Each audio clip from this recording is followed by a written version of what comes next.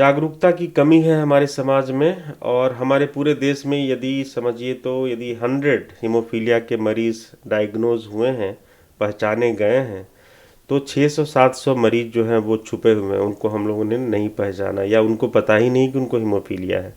तो इसलिए हर एक व्यक्ति जो इसको सुन रहे हैं, उनको शेयर करना चाहिए यह इन्फॉर्मेशन सभी लोगों के साथ, ताकि सभी जो हीमोफीलिया के मरीज़ हैं उनको या उनके अभिभावक हैं या उनके परिवार के लोग हैं उनको इसकी जानकारी हो कि कैसे हम जानें कि किसी को हीमोफीलिया हमारे हमारे परिवार में किसी को हीमोफीलिया है या नहीं है।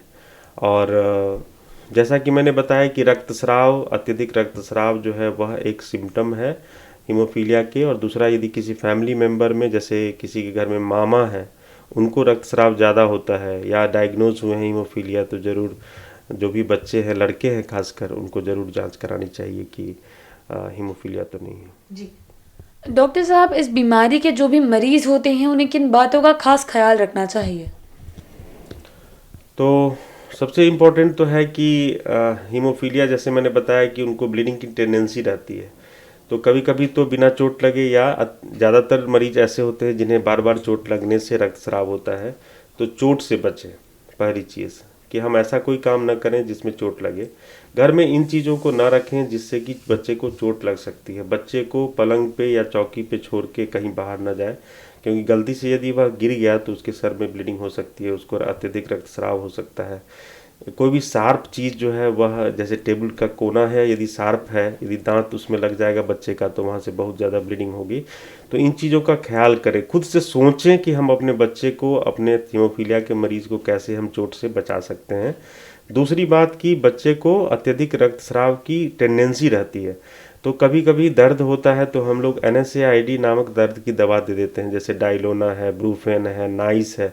इन दवाइयों को हीमोफीलिया के मरीज को कभी नहीं देना चाहिए, गलती से भी नहीं देनी चाहिए, क्योंकि ऐसे ही ब्लीडिंग टेंडेंसी है और हमने उन दवाइयों को देख के और उनके प्लेटलेट्स खराब कर दिए, तो उन्हें बहुत ज़्यादा रक्तस्राव होगा और दिक्कत होगी। दूसरा है कि कभी यदि बीमार पड़ते हैं या वैक्सीनेशन के लिए जाते हैं तो उनको इंट्रामस्कुलर इंजेक्शन, जो मांस में सुई लगती है, वह नहीं लगवाना चाहिए। और अपने पीडियाट्रिशियन या हीमेटोलॉजिस्ट जो भी हैं उनको बताना चाहिए कि बच्चे को हीमोफीलिया है तो वैक्सीनेशन के अलग तरीके हैं, जैसे चमड़े के नीचे ही दे दी जाती है सुई। तो इस तरह से हम लोग बचा सकते हैं। और अर्ली डायग्नोसिस बहुत इंपॉर्टेंट है कि किसी को हीमोफीलिया है तो प्रिवेंट करें, ट्रॉमा, IM इंजेक्शन, NSAIDs। और कभी भी रक्तस्राव जैसे होता है, शुरू हो गया, तो हम लोग फैक्टर लगवाएं नज़दीक के किसी सेंटर में।